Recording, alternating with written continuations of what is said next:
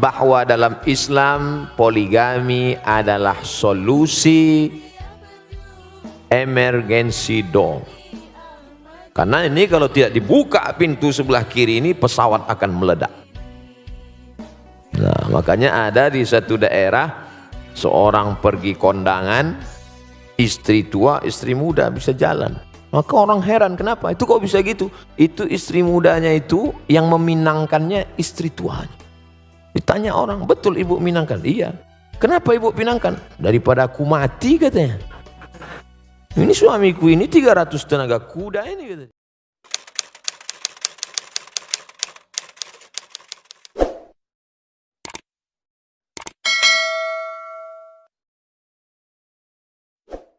Dari Marcella. Assalamualaikum warahmatullahi wabarakatuh. Waalaikumsalam.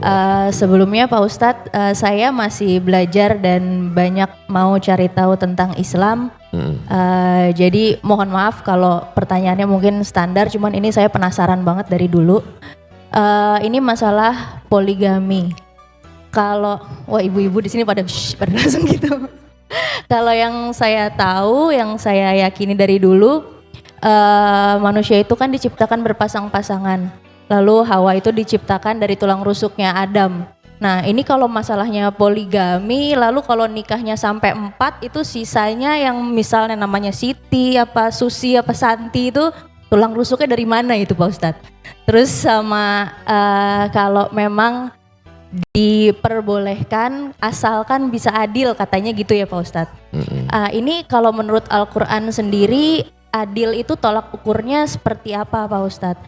Karena kan kadang-kadang kalau Rasulullah mungkin kita tahu untuk adil pasti bisa, nggak mungkin nggak gitu kan.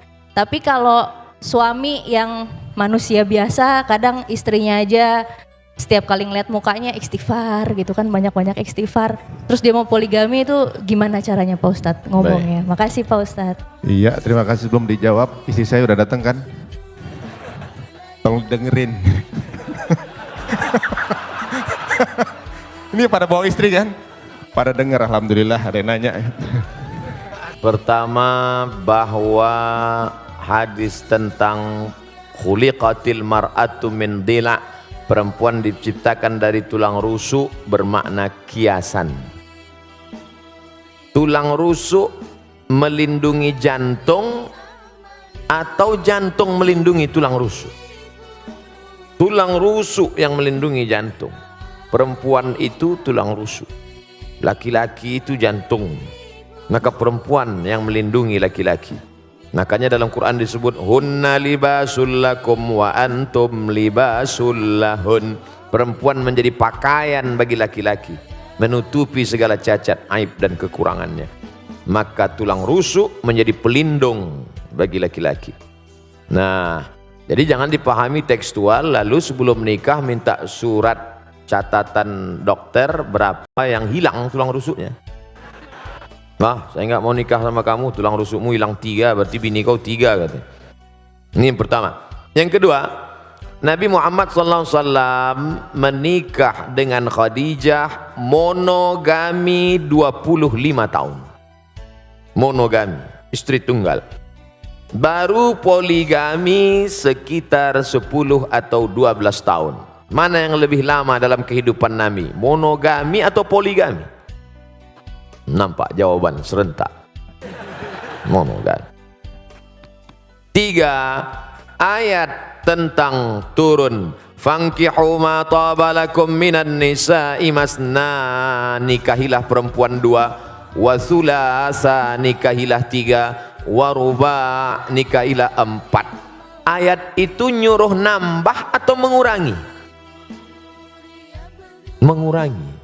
Karena dulu orang Makkah istrinya unlimited edition. Maka turun ayat ini untuk menyuruh kurangi. Maka yang saat itu bininya 10, dia pilih-pilih, setelah fit and proper test delete 6, tinggalkan 4. Ayat ini dulu mengurangi, bukan menambah. Yang keempat, bahwa dalam Islam poligami adalah solusi emergency door. Karena ini kalau tidak dibuka pintu sebelah kiri ini, pesawat akan meledak.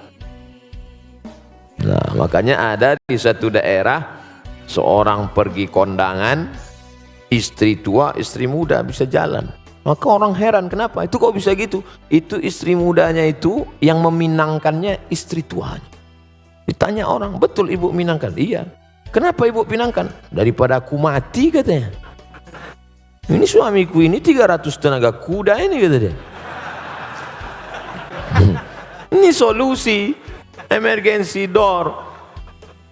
Ada di sebagian orang, ada di sebagian tempat, dan sekarang banyak orang lebih mau, mas kamu mau selingkuh lah. Yang penting seksnya sehat. Oh, tak bisa begitu. Dalam Islam ada aturan agama yang menjaga keselamatan. Islam itu datang menjaga 5. Hifzul aqli, menjaga akal, jangan pakai sabu-sabu narkoba. Hifzul nafs, menjaga diri, jangan bunuh diri, haram. Hifzuddin, menjaga agama, jangan kotori akidah. Hifzul mal, menjaga harta, jangan riba, jangan mencuri, jangan merampok, jangan merampas. Hifzul ard, menjaga kehormatan, jangan caci maki, olo-olo, ejek. 5 menjaga. Kalau dengan poligami bisa menjaga, lanjutkan. Tapi justru menghancurkan, jangan. Oleh sebab itu maka ini dia tidak kaku seperti besi, dia seperti karet.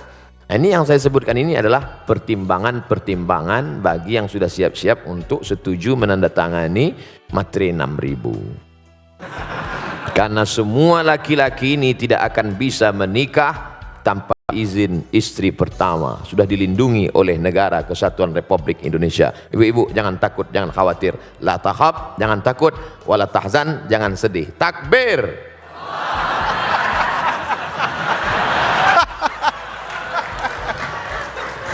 Pas istri saya lihat Ustaz.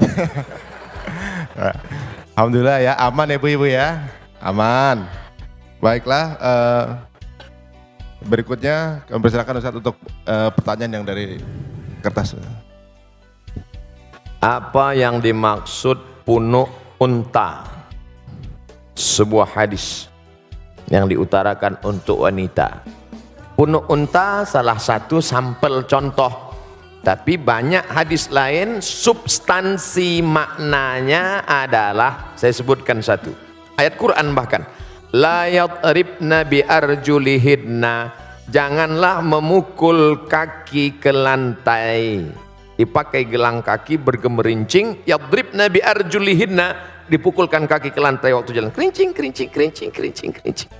1. 2. La tabarrujna tabarrujal jahiliyatil ula, jangan bersolek-solek jahiliyah. 3. Jangan memakai seperti punuk unta naik ke atas. Dari 3 sampel contoh ini makna substansinya adalah norak, berlebihan, lebih dari normal, abnormal, supaya diperhatikan orang. Adapun sekedar mengikat rambut, kebetulan rambut dia panjang, maka diikatnya pakai karet gula. Diikatnya. Lalu kemudian ketika dia pakai jilbab agak menonjol sedikit, ya nggak apa-apa. Tapi sengaja dipakai tinggi ke atas supaya ketika dia lewat semua wow. Jadi jangan ditangkap sampelnya, tapi yang diambil adalah substansinya. Karena sekarang banyak orang, perempuan tidak seperti punuk onta, tapi noraknya lebih daripada punuk onta. Pahami ini dengan baik. Tentang masalah gemerincing di lantai tidak ada lagi. Tentang solek jahiliyah tidak lagi. Tentang punuk onta tidak. Dia selamat dari 3 kasus contoh, tapi substansi noraknya masih bertahan. Maka hukumnya dia tetap kena. Intinya wajar-wajar saja. Kau diperhatikan orang bukan norakmu, tapi karena prestasimu. Kau diperhatikan orang bukan karena make upmu, tapi karena cahaya bekas wudukmu, karena tahajudmu memancar. Ini kan ingin mencari hati orang supaya suka. Padahal hati orang itu punya Allah.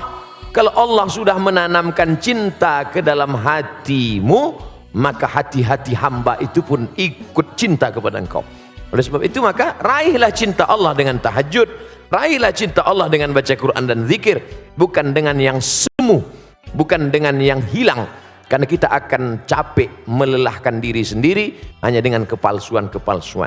Kenapa dia bercahaya wajahnya? Bekas wudhu. Masya Allah. Emang saya tayamum? Artinya kita tetap beramal, berdoa, biarlah orang suka, karena Allah menanamkan suka itu bukan karena dibuat-buat. Karena sesuatu yang dibuat-buat kita akan lelah, capek sendiri. Normal saja, apa adanya. Apa boleh seorang anak naik haji tapi orang tuanya belum pernah pergi haji? Pulang dari sini, kau ambil kain selendang, kau gendong ibumu dari Jakarta jalan kaki ke kota Makkah. Sampai di Makkah kau tawaf 7 putaran, naik ke Bukit Safa, pergi ke Marwah 7 putaran, tahallul. Maka belum dapat menebus sekali teriakannya saat melahirkanmu. Oleh sebab itu yang punya uang, senangkanlah hati orang tua. Buatlah ibumu seperti raja, maka rezekimu akan seperti raja-raja. Bukan hadis Nabi, saya ketemu di grup WhatsApp. Senangkan orang tua. Karena setelah Allah langsung orang tua. Wa qadha rabbuka alla ta'budu illa iyyah. Allah mewajibkan engkau hanya beribadah kepada Allah. Habis Allah, wa bil walidaini ihsana. Berbakti kepada orang tua. Kalau masih hidup dia senangkan. Tapi saat tidak beruntung, saat sangat sayang pada ibunya, tapi ibunya sudah meninggal dunia, saat datang menjumpai Nabi SAW, ya Rasulullah, ummi matat, makku, ibuku, ummi sudah meninggal dunia. Apa atasaddaqu anha? Kalau saya bersedekah, pahalanya sampai tidak ke almarhumah? Kata Nabi, tasaddaq, sedekahlah wahai Sa'ad. Ayu sadaqatu afdal? Apa sedekah yang paling afdal? Kata Nabi, saqiyul ma, memberi air minum. Idzan ahfiruha. Saat itu juga, saat ngobrol dengan Nabi itu, langsung saat pergi menggali sumur, wakafkan untuk almarhumah ibunya. Sudah meninggal dunia. Maka yang masih hidup, esok hari libur, bawakan makanan kesukaannya, belikan pakaian yang paling indah, tunjukkan kertas, mama, sudah kami daftarkan ONH. Alhamdulillah. Tapi baru bayar DP 5%. Doakan supaya rezeki kami halal berkah.